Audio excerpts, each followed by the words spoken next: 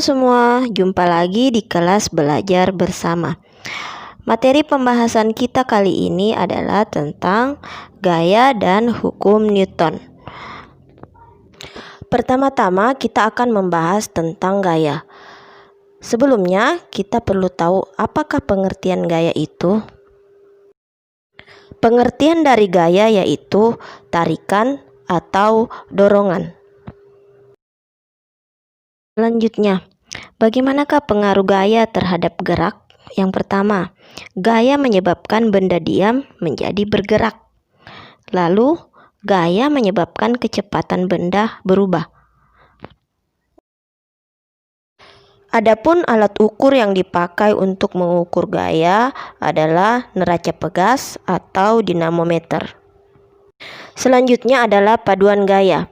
Pada paduan gaya ada yang disebut resultan gaya, yaitu total gaya yang bekerja pada benda. Dengan rumus, resultan gaya sama dengan gaya 1 ditambah gaya 2, atau R sama dengan F1 ditambah F2 apabila gaya yang bekerja searah. Namun apabila gaya yang bekerja berlawanan arah, maka kita memakai rumus R sama dengan F2 dikurang F1. Kita bisa lihat gambar berikut contoh dari gaya searah. Lalu contoh dari gaya berlawanan arah seperti ini. Ikut contoh soal resultan gaya. Pada soal kita lihat gambar arah gaya berlawanan. Jadi kita ambil F1 arah ke kiri dan F2 yang arah ke kanan. Untuk penyelesaian soal, kita bisa pakai rumus gaya dengan arah berlawanan. Jadi diketahui F1 sama dengan 60 Newton, F2 sama dengan 70 Newton ditambah 40 Newton, jadi F2 sama dengan 110 Newton.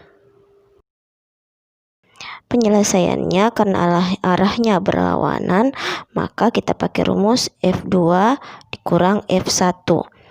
Jadi 110 Newton dikurang 60 Newton, hasilnya 50 Newton. Jadi jawaban dari soal resultan gaya yaitu 50 Newton. Kita lingkari C 50 Newton. Selanjutnya kita masuk ke hukum Newton. Hukum Newton ini ditemukan oleh seorang fisikawan Inggris bernama Sir Isaac Newton. Nah, hukum Newton ini terbagi 3. Yang pertama hukum 1 Newton, lalu hukum 2 Newton, dan hukum 3 Newton. Yang pertama adalah hukum 1 Newton yang menyebutkan bahwa sebuah benda akan tetap diam atau bergerak dengan kecepatan tetap atau tidak mengalami percepatan selama resultan gaya yang bekerja pada benda sama dengan 0. Pada hukum 1 Newton kita biasa mendengar kelembaban atau inersia, yaitu kecenderungan benda untuk mempertahankan kedudukannya, yang disebut juga sifat malas benda. Penerapan hukum 1 Newton adalah sebagai berikut. Yang pertama, benda yang diam akan tetap diam selama tidak diberi gaya. Jika sebuah gelas diletakkan di atas kertas, kemudian kertas ditarik secara cepat, maka gelas akan tetap diam. Yang bergerak hanya kertasnya. Penerapan hukum 1 Newton yang ketiga yaitu ayunan bandul sederhana akan tetap bergerak jika tidak ada gaya luar yang bekerja. Kemudian yang keempat, ketika mobil mengerem mendadak, maka penumpang yang ada di dalamnya akan terdorong ke depan. Begitu pula ketika mobil digas mendadak, maka penumpang yang ada di dalamnya akan terdorong ke belakang. Itulah tadi penerapan hukum 1 Newton yang dapat kita temukan dalam kehidupan sehari-hari. Selanjutnya hukum 2 Newton, yaitu percepatan benda sebanding dengan besar gaya dan berbanding terbalik dengan massa benda, atau bisa dirumuskan percepatan sama dengan gaya dibagi dengan massa benda seperti pada rumus berikut.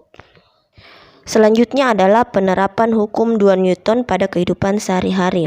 Yang pertama, ketika kita mendorong meja yang massanya ringan, tentu akan lebih cepat bergerak dibanding ketika kita mendorong lemari yang massanya lebih besar. Yang kedua yaitu apabila kita mendorong mobil yang mogok seorang diri tentu akan lebih pelan jika dibandingkan kita mendorong secara bersama-sama.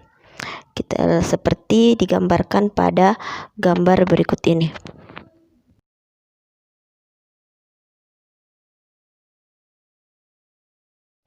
Yang terakhir adalah hukum 3 Newton yang berbunyi setiap ada gaya aksi selalu ada gaya reaksi yang besarnya sama tetapi arahnya berlawanan. Secara sistematis dapat dirumuskan F aksi sama dengan min F reaksi. Penerapan hukum Newton 3 yaitu yang pertama, pada saat kita mendayung perahu, dayung memberi gaya aksi yang arahnya ke belakang, sedangkan air memberi gaya reaksi yang arahnya ke depan, sehingga perahu dapat melaju ke depan. Penerapan hukum Newton 3 yang kedua yaitu pada roket. Roket memberikan gaya pada gas yang sangat besar dengan mendorong gas keluar. Dan gas tersebut memberikan gaya reaksi yang sama besar dengan mendorong roket ke atas. Berikut adalah gambarannya. Sekian pembahasan kita kali ini.